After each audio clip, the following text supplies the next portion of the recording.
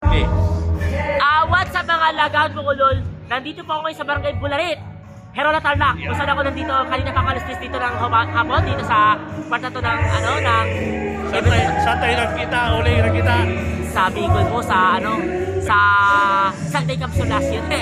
Yan. Sa Tagkawayan, Quezon. Oo, tagay ba? Di ba? Kita nyo na. Oo, nagkita kami ni Mr. Jason Corpus. Oo nga pala. Hindi ako kanilang kalimutan. Oo nga pala. Shoutout sa mga lagad mo, lol. Kahit po may mga expenses po na pinagdaanan, pero walang problema sa akin yan. Kaya ako sasali dito sa 5 contest to para lang may pamas mga Ngayon, February 9. Bukas ang kabukas.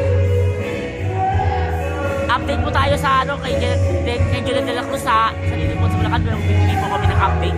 At saka sa 11 po, sa Talinisan na po ako magsasali. Thank you so much po. Ay, puta! Grabe! Taga-Pulaki na dito. Bakit? Oh! Hello! Mayra in the house. Sabi ko, yung puta ito, nakita mo ito, kalakalaban ko sa Bicol to. Sangay. Ba?